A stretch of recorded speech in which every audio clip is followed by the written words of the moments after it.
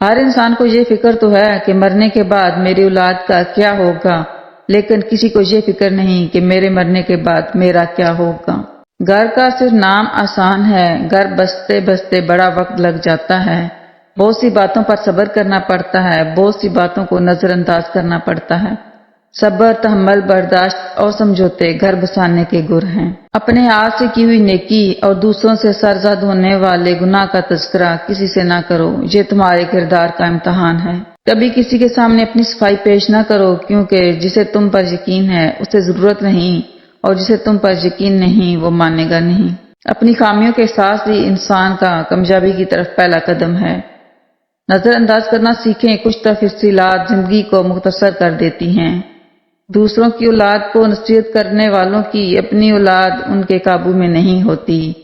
اپنی خوشی کے لیے کسی دوسرے کی خوشی خاک میں مت ملاؤ، تمہاری وہ خوشی بیکار ہے جس کے پیچھے کسی کے آنسو ہیں۔ دنیا کے لباس میں سب سے خوبصورت حیا کا لباس ہے۔ پتھر میں ایک نقص ہے کہ وہ کبھی پگھلتا نہیں، لیکن پتھر میں ایک خوبی بھی ہے کہ وہ کبھی بدلتا نہیں۔ دوست بنانے سے پہلے کبھی کسی کے چہرے کو مت دیکھ، بلکہ اس کی اخلاق اور چاہت کو دیکھ۔